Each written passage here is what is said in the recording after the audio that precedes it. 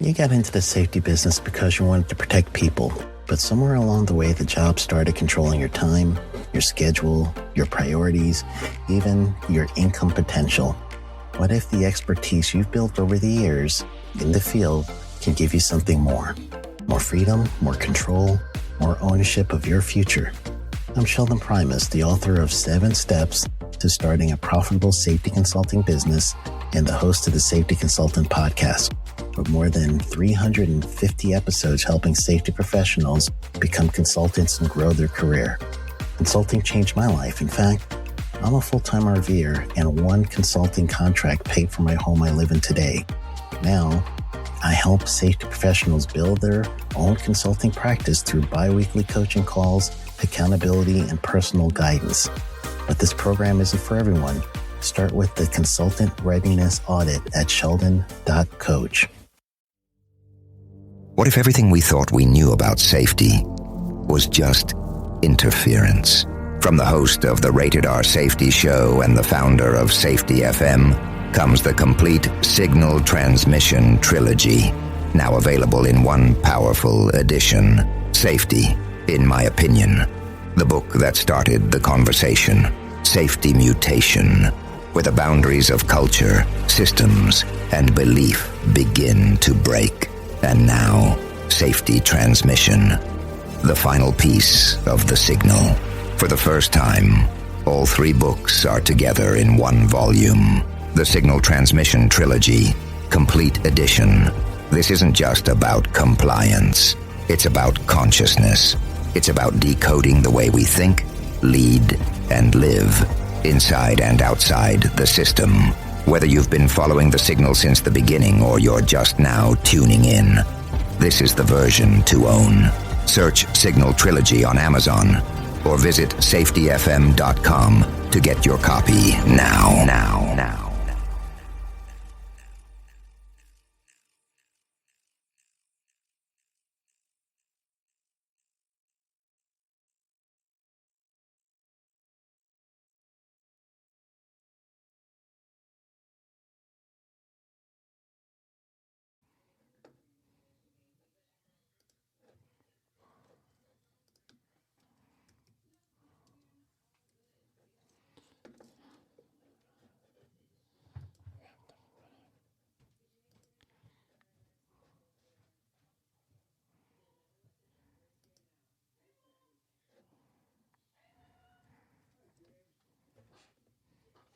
Hi, this is Jim from Safety Wars. Before we start the program, I want to make sure everyone understands that we often talk OSHA and EPA citations, along with some other regulatory actions from other agencies, legal cases, and criminal activity. Everyone is innocent until proven guilty in a court of law. Proposed fines are exactly that, and they are often litigated, reduced, or vacated. We use available public records, news accounts, and press releases. We cannot warranty or guarantee the details of any of the stories we share, since we are not directly involved with these stories, at least not most of the time. Enjoy the show. This show is brought to you by Safety FM. And from the border of liberty and prosperity in the highway to the north, this is Safety Wars for Tuesday, February 4th. Yes, we got the date right. 2025. Now, the other day, I don't know what happened. States. Mixed up. But anyway, I think that was last. But how's everybody doing? We got some comments on our program last night where someone wanted me to go over again that NOSHA bill. Or no OSHA. Hold on, I'm making sure I'm on the air. It's Safety FM.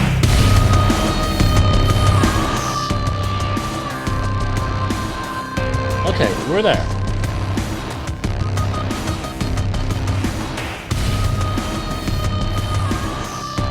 So,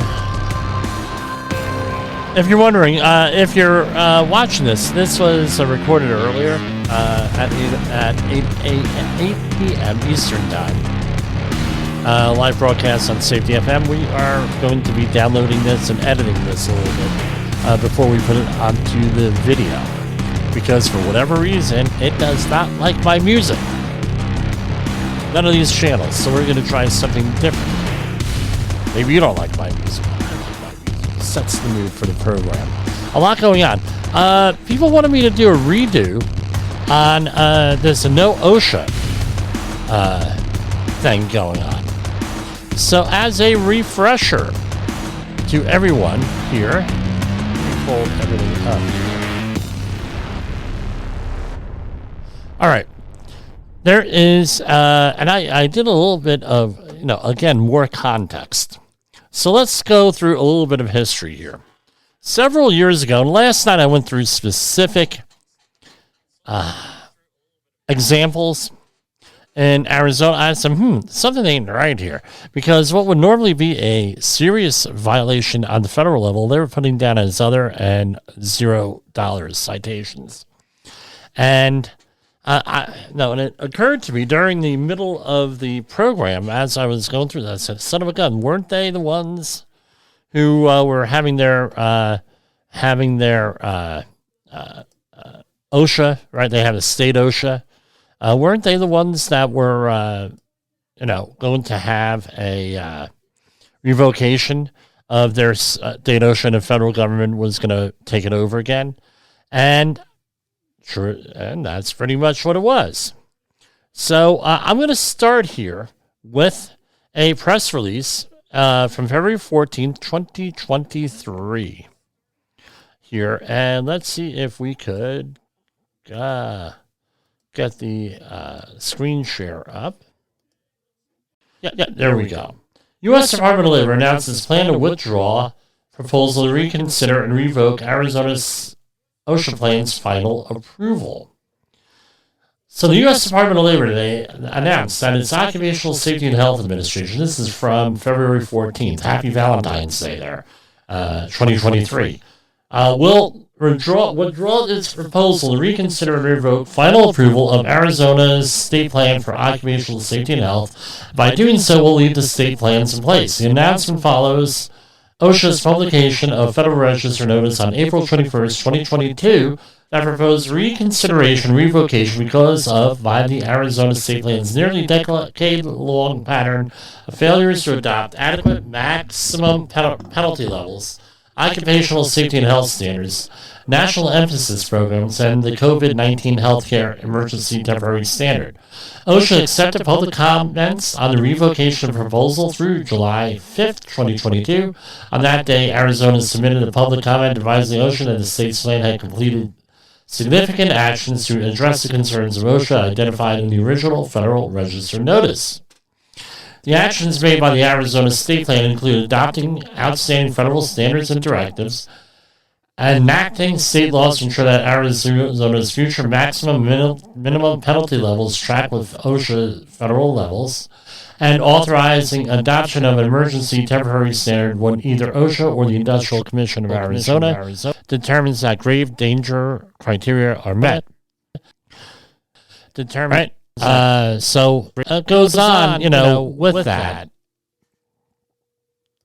And here, let's click on this. And if you're interested, there's the original federal OSHA notice. So that's the context. And I went through a lot of cases last night, maybe too much, so that went into, talked about it. I was like, man, this doesn't sound right. Now, we also have Congressman Biggs here. More context into this, right? Context drives behavior. And let's see if I can get this to show up. Oh, yeah, I put together a little bit of a spreadsheet here. All right, and we're going to be talking about these other websites that you see up here in a minute. So he is a congressman from Arizona's 5th District. He's been a elected official for many years, one level or another. So Congressman Biggs is a Republican, and these were the results of his elections. So in 2016, he was elected. That means 2017 he came on. That's when he started talking about this repeal the OSHA Act here, and nullify OSHA is what is NOSHA. And here we have 16 and 45, 59 and 54. He basically won overwhelmingly in all of his elections here running for this. Now, last month, he's announced that he's running for governor of Arizona. So now he's the head of this committee that this has been remanded to, which is the House Education and Workforce Committee. Right? That's what we're looking at here. And here's the bill. H.R. 86, the 119th Congress, first session, introduced the first day of Congress to abolish the Occupational Safety and Health Administration and for other purposes. And it is a bill to abolish the OSHA and for other purposes. This act may be cited as the Nullify OSHA Safety and Health Administration Act, or the NOSHA Act. The Occupational Safety and Health Act of 1970 is repealed. The Occupational Safety and Health Administration is abolished, just in case you didn't get the first part of that.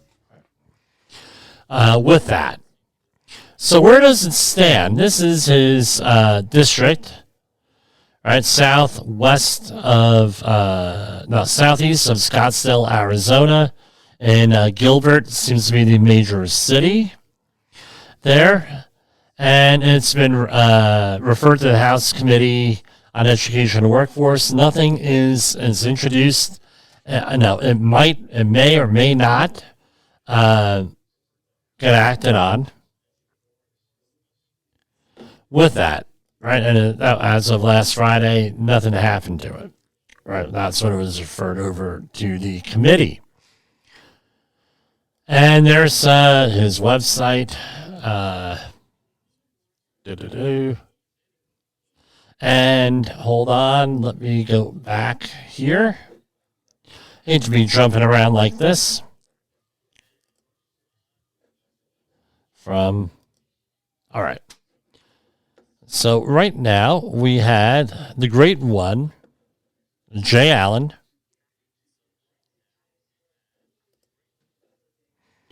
Right. He sent this over to me this morning. And this is from thelawandcrime.com. Lawmaker introduces bill to demolish workplace safety agencies, slams bloated federal government. Arizona Representative Andy Biggs, Representative of Arizona, introduced the bill Monday. When was this from?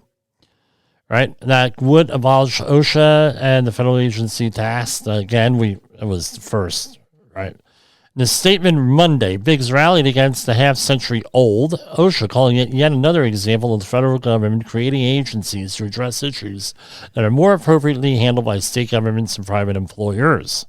Arizona and every other state has the constitutional right to establish and implement their own health and safety measures, is more than capable of doing so. Well, apparently they really have to be nudged. Sorry, Congressman. And it's time that we fight back against the bloated federal government and eliminate agencies that should never have been established in the first place. I will not let OSHA push Arizona around with their bureaucratic regulations and urge my colleagues to support my effort to eliminate this unconstitutional federal agency. And again, the article goes on now with some of the context with this here, and here it is. No, he is a Trump supporter, but he has declared, my understanding is declared candidacy.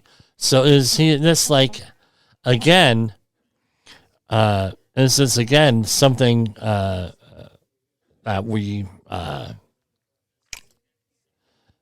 grandstanding to get on that right now.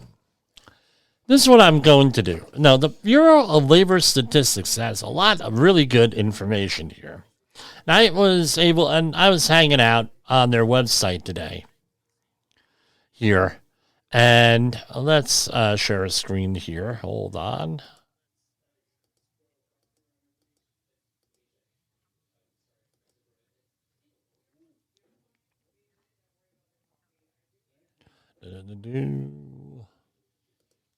All right.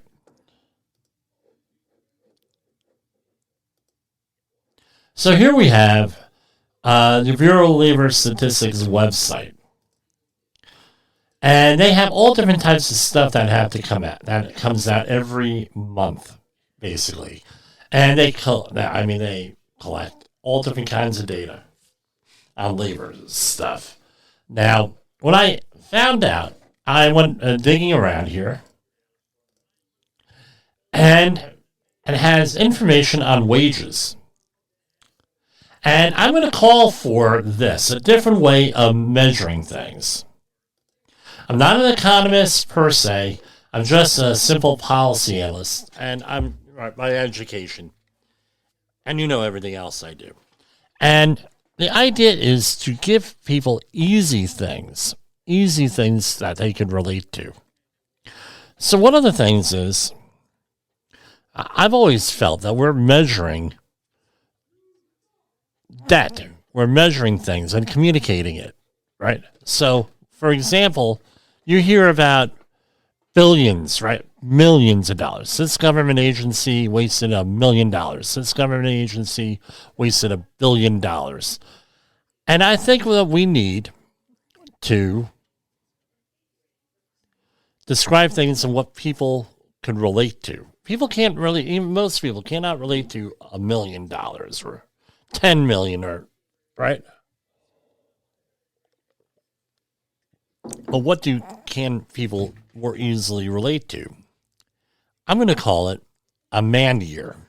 I'm sure I'm not the first one to call it that. I may be called something else. A man year. And I am basing it off the Bureau of Labor Statistics monthly average wage guide, right? Their wage figures right now. So right now we're looking at the Department of Labor, Bureau of Labor Statistics is looking at the average 2024 average earnings of non-supervisory, non-farm worker wages at $30.62 a year. An hour. What does that come out to? Weekly, 1,224.8. Annually is 63,689.60. Right, and the number of hours here.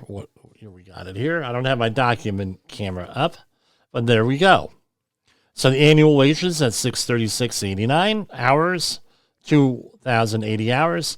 That would mean for $1 million in government revenue, and this is actually more because we're assuming that they tax you 100%, roughly about 50%. So you can double this number. 1 man year is man year of work is equivalent to $1 million is equal to 15.7 man years. So when you see the government, and you can do this on your own personal thing, right? Because you know how much you make. If you don't, you should, because you got taxes coming up very shortly. So it's man years is what I would go by. So for when the government says that they wasted $1 million, think that you would have had to work 15.7 years to make that $1 million. Now does that put that into perspective a little bit more? And if you're talking $1 billion, right, you're looking at 15.701 man years, 15,701 man years. That means that you're going to have 15,701 people working for 1 year to make up that $1 billion. And that's all that they do. Want to make it $1 trillion? Now you have, multiply that, move it over. You have one for 15,000, 1.5 million people working for a full year. My numbers are right here. For a full year. Way it is. We're talking a lot of money here, folks. So when you hear these numbers thrown around, remember what the guy on the internet and the radio said. Here, right? Don't think of it as dollars. Think of it as how much work would I have to do to make up that amount. And it's the same thing. You want to do it on your local for property taxes and stuff. Think of it as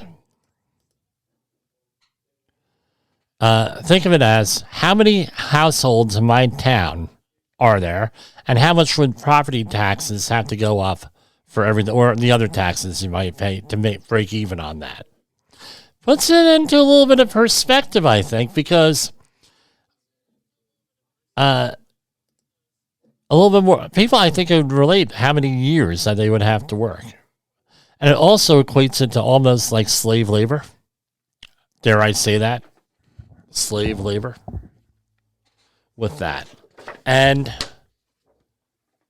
that's your money or our money, right? And people are pissing it away with government waste. While agencies that do a lot of good, like OSHA, right, protecting workers, it's like their budgets are begging for money all the time. We know that they're understaffed. We know that they're undermanned. We don't have enough people working there. And, the productivity, if you worked with a lot of these agencies in the actual field, you just say, So, for example, I had to make a delivery back in the day to OSHA Region 2 in New York City. I'm sorry, EPA Region 2 office in New York City. Beautiful. And I walk in there. And it's like I'm walking into St. Peter's Cathedral in Rome. Rome, Italy, not Rome, that means Vatican City, not Rome, Georgia. Opulence. You go in there, and I had to wait for 2.5 hours to make a document delivery. Why? Why do you think? Any guess? They were having a retirement party, and the person I had to handle it off to didn't have the time to come out or send someone out to sign for the document for 2.5 hours. How about back in the day on the hazardous waste sites, when I used to be doing a lot of hazardous waste site stuff? You want to talk about waste? You want to talk about, right? We had this, and I think I shared this one time. We had a EPA oversight person who sat in, and this is way back in the day where nobody had internet yet, right? Internet was just coming out, and on the satellite radio they had, and you would be able to get a portable satellite radio. And Howard Stern had just gotten put on satellite radio, and rest assured, they went out and got the for the office trailer satellite radio, so the oversight person could sit there from when he got there. Howard Stern went on those days about 6 a.m. until 11 a.m. when he would get off the air, and that was when he came out for lunch. After listening, hey, you should have heard Howard Stern today, blah, blah, blah, blah, blah, blah, blah, blah, blah. And then, what's going on? They write it in their little tiny notebook. They write in the rain notebook. And they go out back in 10, 12 hours. The days we were working. They were back in there, and they might come out once or twice to look around. This is what oversight people did. What went on in the office, I have no idea. I know you have that one example. But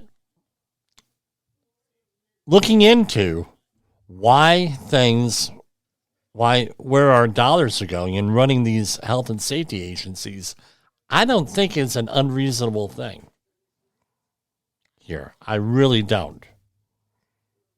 With that.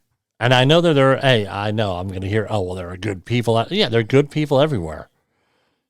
But this is what happens. The good people are often disincentivized, like in all organizations, from correcting these situations like this.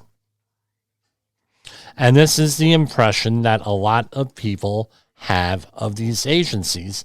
And I'm not going to tell you, I don't think it's probably very accurate there, but this is the impression that they have.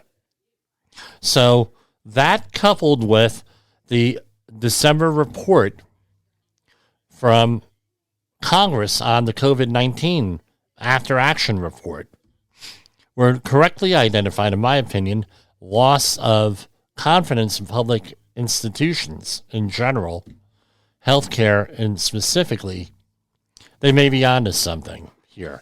Now, the question has to be, right now, enough about Jim, complaining and being ornery here.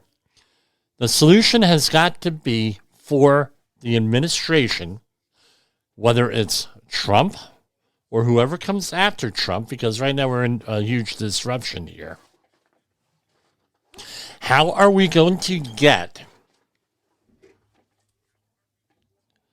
credibility back for these organizations? I don't think that that's a very unreasonable question.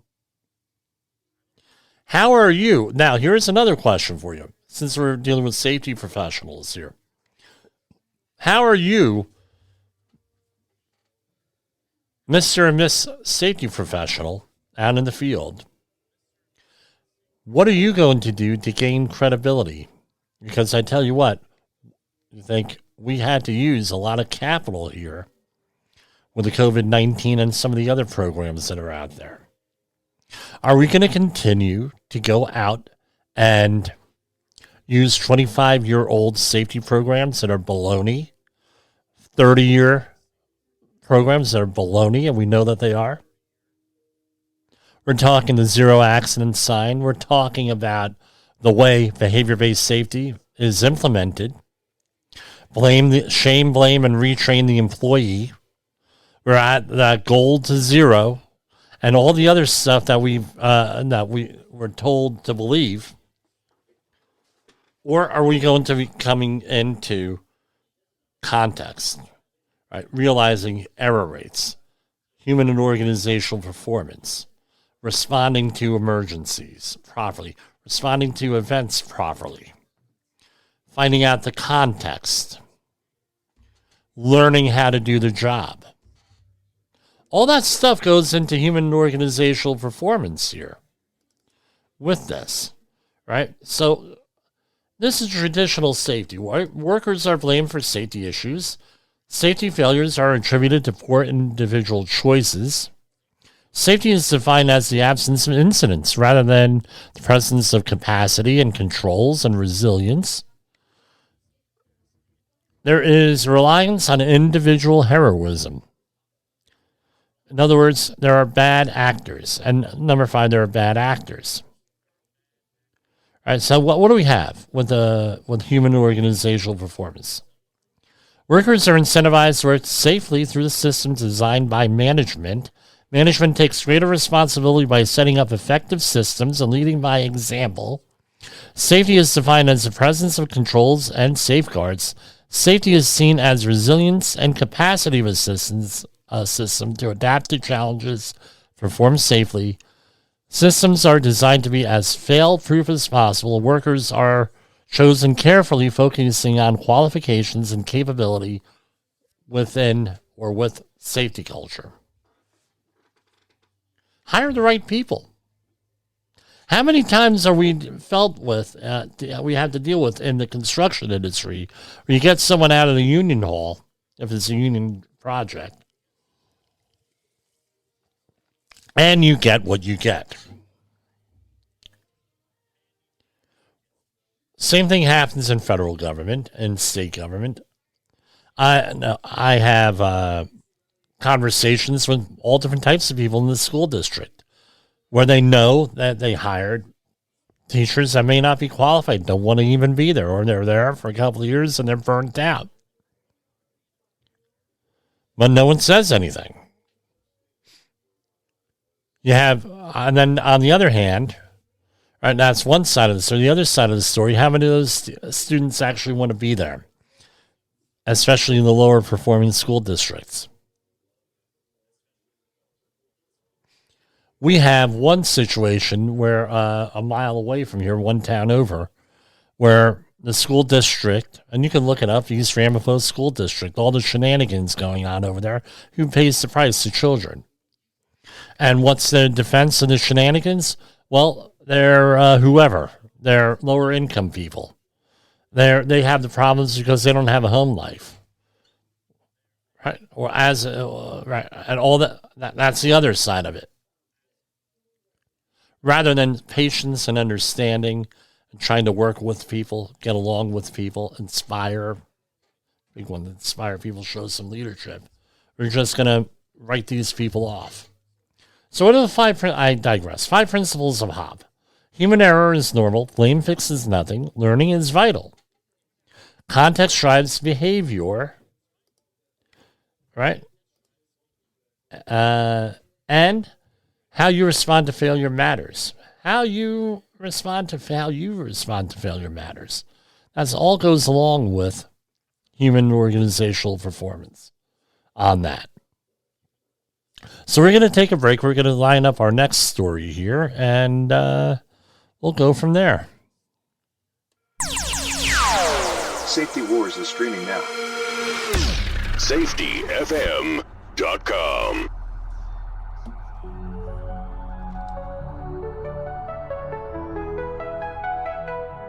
Caught in a whirlwind, trapped but it's fine. Regulation love keeps our air pure and divine. Blindfolded by trust, we're in compliance. Heartbeats synchronized in perfect alliance. We laugh through these masks, blending our air. Oxygen of affection flowing, we dare.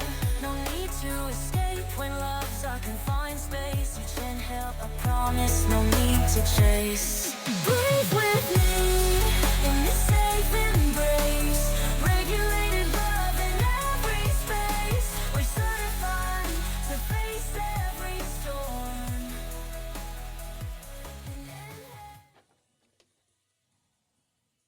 Have you listened or watched the Safety War Show?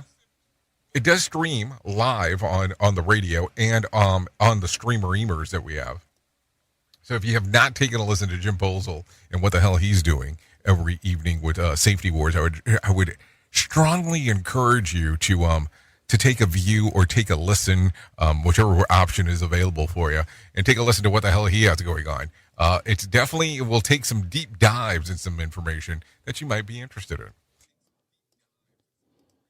Okay, we are back.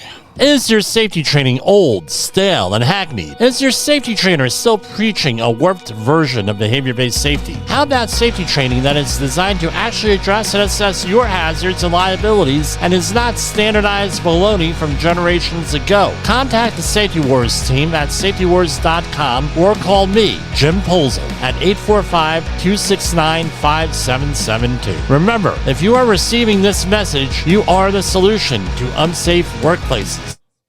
All right, we're going to go through some press releases here, right, from this and orders. So we had, let's get the software back up here. So we have Secretary Doug Burgum signs first round of secretary orders to unleash American energy. This is from the Department of Interior website. Secretary Doug Burgum signs first round of secretary orders to unleash American energy and begins tenure as the 15th Secretary of the Interior by setting vision for American energy dominance. So you would think the Department of Energy would be like really here and there. Well, but I guess the Interior Department, I guess Department of Energy is part of Department of Interior, whatever it is, but, they work together no matter what. So today, Doug Burgum officially began his tenure, blah, blah, blah, blah, blah, advancing American energy independence. Key priorities. 1. Addressing the national energy emergency.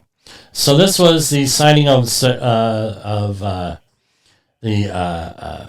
Presidential National Emergency Declaration. Interior will immediately undertake 2 efforts to address our nation's inadequate energy supply and protect against this active threat to the national and economic security of the American people here. First, Interior will immediately identify all emergency legal authorities available to facilitate ID, permitting, leasing, and development, production, transportation, refining, and talking everything to dealing with energy resources, right?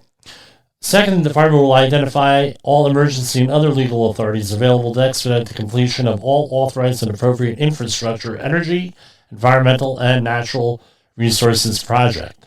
Number 2, unleashing American energy. With this.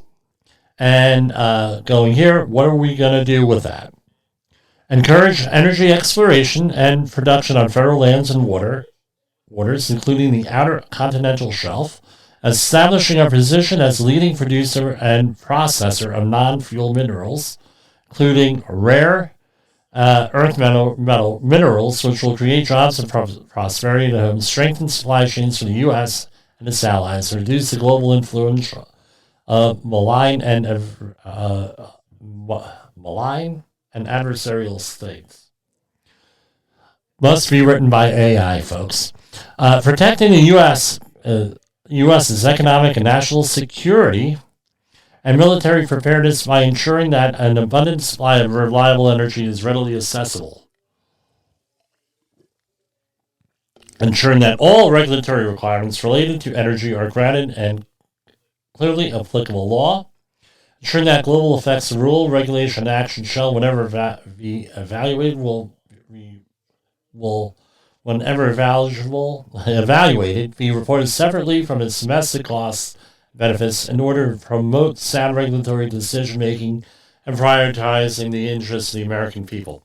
So, for example, when they do a cost-benefit analysis, you're going to have global costs and domestic costs because it's a pro-American agenda as they see it. Guaranteeing that all executive departments and agencies provide opportunity for public comment and rigorous peer-reviewed scientific analysis, and ensure that no federal funding is employed in a manner contrary to the principles set out above unless required by law. Number 3, delivering emergency price relief for American families and defeating the cost of living crisis. With this, the order initiates department-wide review of all programs and regulations that are unnecessarily causing higher living costs for hardworking American families to identify and recommend future actions to lower costs. And number 4, announcing President Trump's revocation of former outer continental shelf withdrawals that were put into place by the previous administration. Achieving prosperity through deregulation. And the executive order unleashing prosperity through deregulation. The goal is to reduce red tape, enhance national security, and improve the quality of life for U.S. citizens. Interior will eliminate at least 10 existing regulations for every new one introduced, and ensure that the costs of new regulations are offset by removing the costs of previous ones. All of the departments, bureaus, and offices are tasked with streamlining financial management and reducing unnecessary regulatory burdens. So here's my question. OSHA falls under the same thing. What law regulations would you get rid of? Something to think about. Maybe there are wastes that everybody sees. Everybody's experience is different. Perhaps rather than bitch and complain, we actually maybe become part of the solution with what we got to work with. Remember, I said it last week, and I'll say it again. We're not going to be able to regulate ourselves to working safely, with that. We can't do it. You have to rely on you have to rely on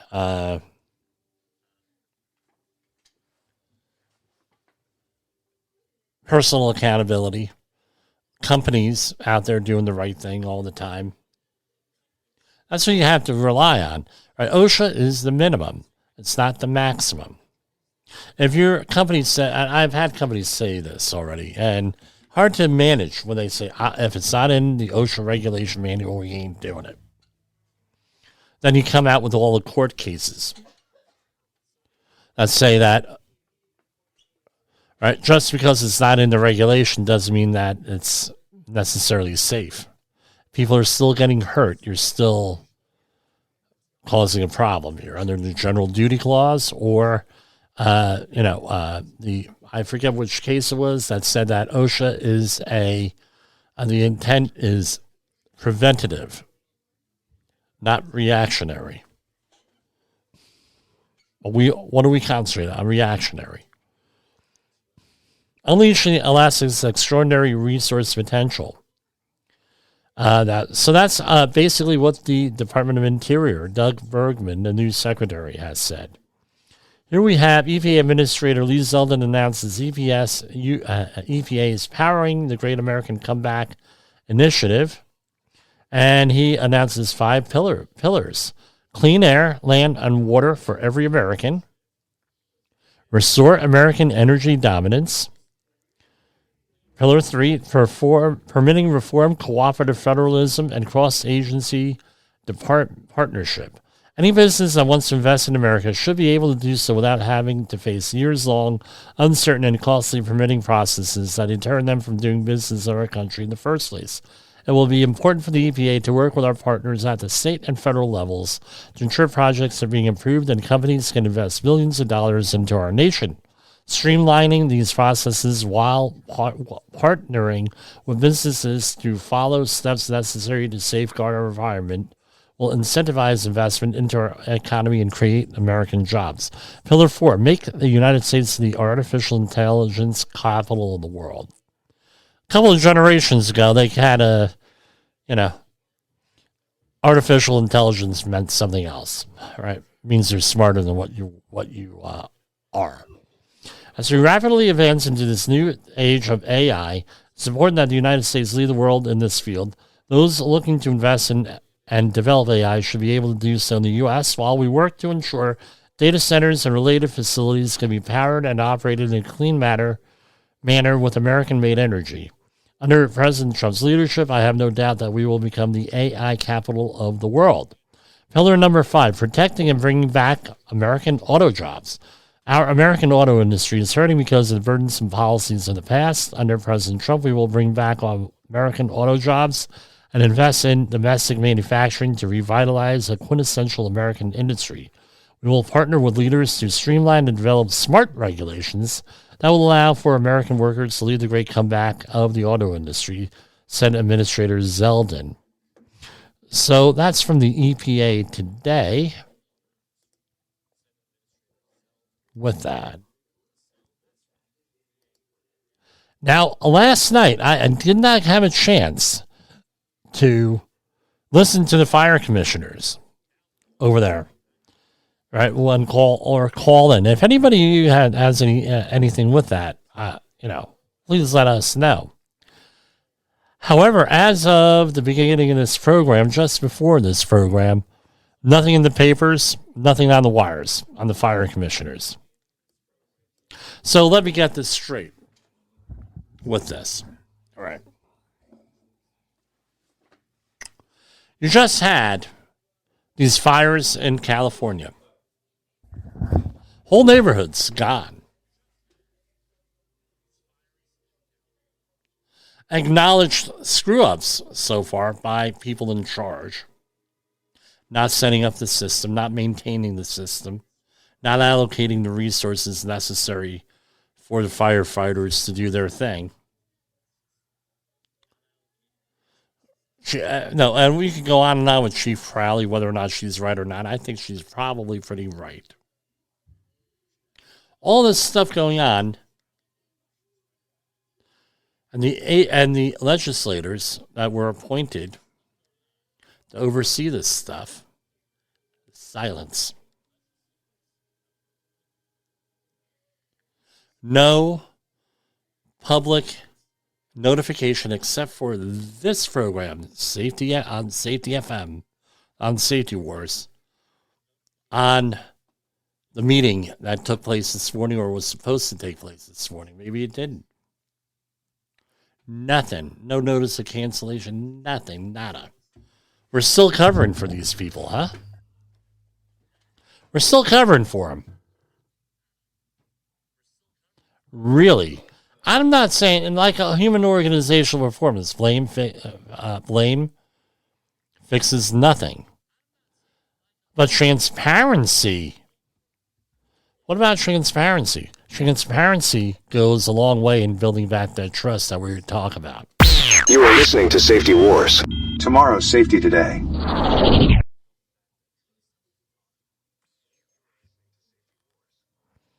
Is your safety training old, stale, and hackneyed? Is your safety trainer still preaching a warped version of behavior-based safety? How about safety training that actually addresses your hazards in your workplaces and is not standardized baloney from 25 years ago?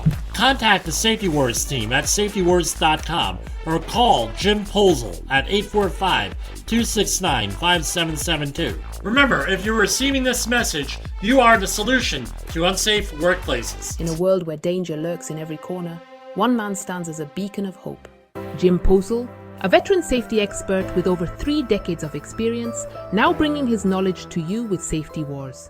Engaging, informative, and always relevant. That's Safety Wars. Join the safety revolution with Safety Wars, available on Spotify, Apple Podcasts, YouTube, and wherever you get your podcasts and videos.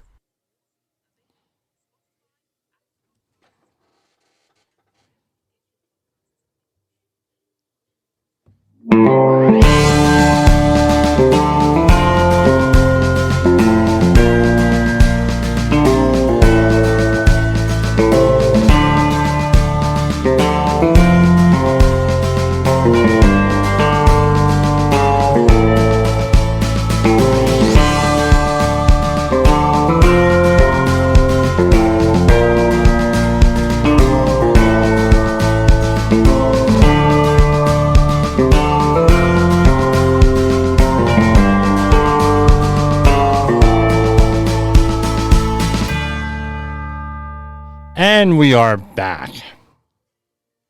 All right. Now, no, we usually at this point talk about whatever we have left over for the day is basically what it comes down to.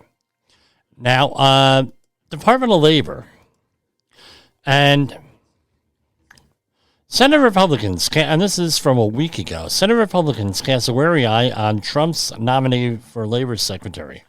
A number of Senate Republicans have problems with President Donald Trump's nominee for Labor Secretary, former Representative Lori Chavez de Remer from Oregon, citing pro-union stances she has taken in the past that clash with the business community.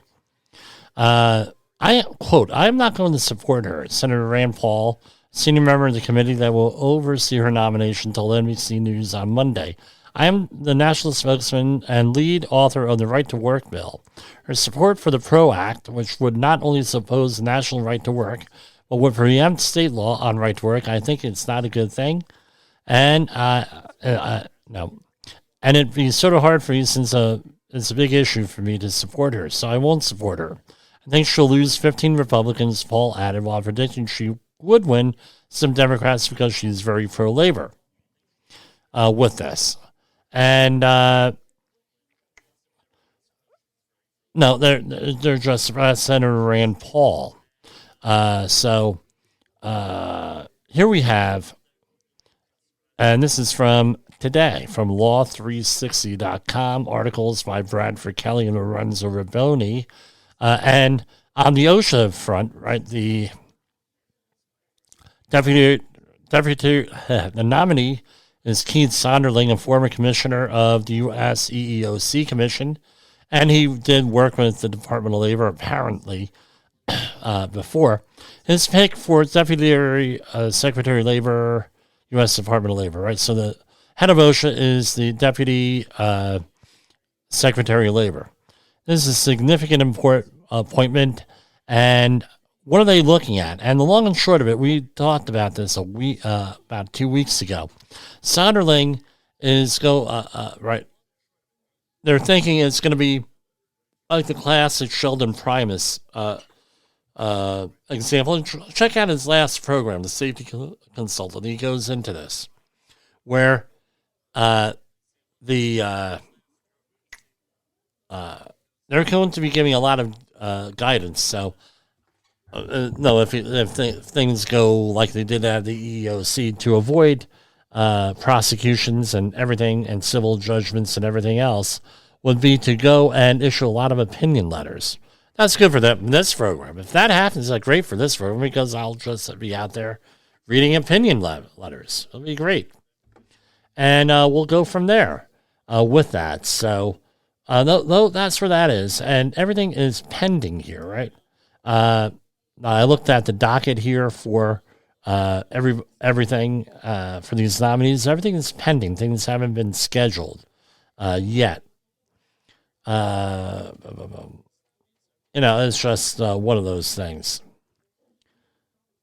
And what other news do we have?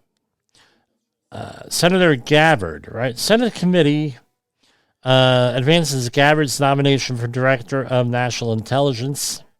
It's from the Epoch Times. The confirmation will now advance to the Senate floor. The Senate Select, and this was updated today, the Senate Select Committee on Intelligence approved former Congresswoman Tulsi Gabbard's bid to become the next Director of National Intelligence. A 9-8 closed-door vote means that Gabbard's nomination will head for the Senate floor for a full vote, where she is likely to be confirmed as President Trump's intelligence director. With that, and people are coming forward and against it, and it's always the same thing. With that, as usual, we give no opinion, at least on the first hour of Safety Wars. However, later this week, we will be giving opinions. We're doing a deep dive on some stuff later on this week. Again, on hour 2. All right. U.S. Agency for International Development. Been in the news a lot. But, they took the website offline. We know that. Number one. Number two is that was essentially shut down and is going to be transferred over to probably another organization within the government to fulfill the statutory rules, if there are any with that. So this is from the USA Today. On his first day in office, President Trump implemented a 90-day freeze on foreign assistance. And apparently this is what the U.S. Agency for International Development, right, under the moniker USAID, right? It's basically they were put on. They're put on notice. Everything's like dismantled or in the process of being dismantled there. It's been called a criminal organization by Elon Musk. I know there were a lot of commentary on there that basically agencies that you don't know and you don't want to know use this group to do not so nice things. So if you are a Star Trek fan, they're along the lines of Section 31. If you're not a Star Trek fan, we'll just say they're an agency you don't know, you don't want to know. The kind of stuff that they're accused of doing. Basically legalized money laundering is what it's been called. I don't know if that's true or not, but that's what it's been called with that. We'll see where that goes on there. But again, I'll dress this up a little bit more, right? I'll dress this up a little bit more here. Maybe a nice printout. Right? This is what it is. They give away $1 million. That's 15.7 man years in work. You give out $1 billion, right? That's 15,701 man years, right? That's what we're looking at. No, someone's gonna with that. Money's just thrown that money around. Right? And stuff that really matters, like worker protection, that's, okay. With that, there's articles all over. We'll be hearing more as we go along. So that's all that I have for tonight. We're going to be, all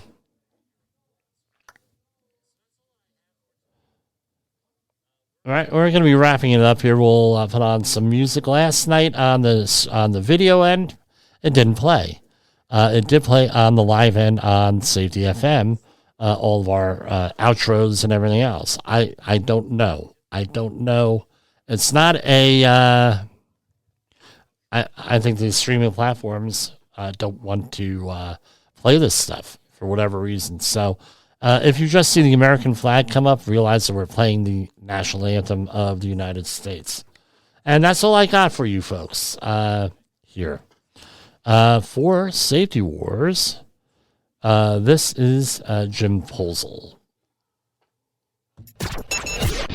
The views and opinions expressed on this podcast are those of the host and its guest and do not necessarily reflect the official policy or position of the company. Examples of analysis discussed within this podcast are only examples. They should not be utilized in the real world as the only solution available, as they are based only on very limited and dated open source information. Assumptions made within this analysis are not reflective of the position of the company. No part of this podcast may be reproduced, stored in a retrieval system, or transmitted in any form or by any means, mechanical, electronic, recording, or otherwise, without prior written permission of the creator of the podcast, Jay Allen.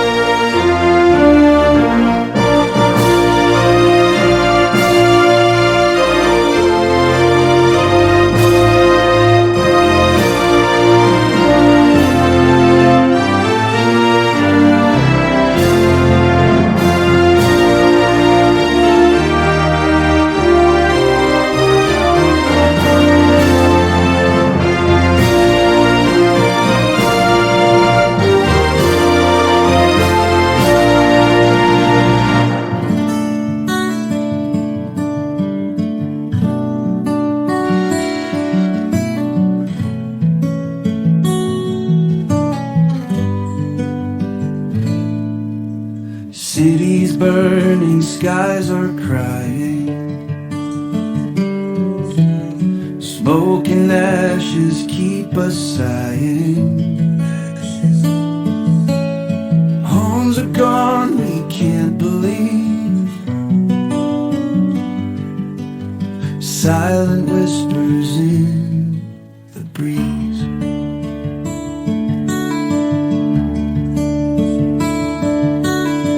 Winds are howling, fire's fierce. Fear and worry, hearts are pierced. Families running, nowhere to hide. Desperation on every side. Flames of Los Angeles lighting the night. Tears of sorrow in the fearsome fight. Lives are shattered, dreams ablaze. In the city's fiery haze, brave souls battle nature's wrath.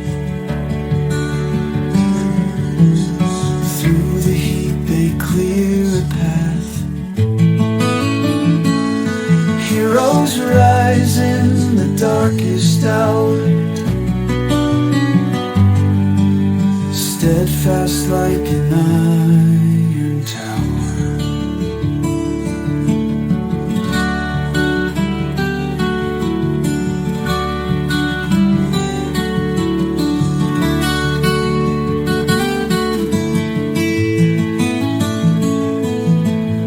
Lifeline severed, hope runs thin. Amidst the smoke we're finding kin. Strength in numbers pushing through. Together we will see this through. Flames of Los Angeles lighting the night. You got into the safety business because you wanted to protect people. But somewhere along the way, the job started controlling your time, your schedule, your priorities, even your income potential. What if the expertise you've built over the years in the field can give you something more? More freedom, more control, more ownership of your future. I'm Sheldon Primus, the author of 7 Steps to Starting a Profitable Safety Consulting Business and the host of the Safety Consultant Podcast, with more than 350 episodes helping safety professionals become consultants and grow their career. Consulting changed my life. In fact, I'm a full-time RVer, and one consulting contract paid for my home I live in today. Now, I help safety professionals build their own consulting practice through bi-weekly coaching calls, accountability, and personal guidance. But this program isn't for everyone. Start with the Consultant Readiness Audit at sheldon.coach. What if everything we thought we knew about safety was just interference? From the host of the Rated R Safety Show and the founder of Safety FM comes the complete Signal Transmission Trilogy, now available in one powerful edition. Safety, in my opinion, the book that started the conversation. Safety Mutation, where the boundaries of culture, systems, and belief begin to break. And now, Safety Transmission, the final piece of the signal. For the first time, all 3 books are together in one volume. The Signal Transmission Trilogy, Complete Edition. This isn't just about compliance. It's about consciousness. It's about decoding the way we think, lead, and live, inside and outside the system. Whether you've been following the signal since the beginning or you're just now tuning in, this is the version to own. Search Signal Trilogy on Amazon or visit safetyfm.com to get your copy now.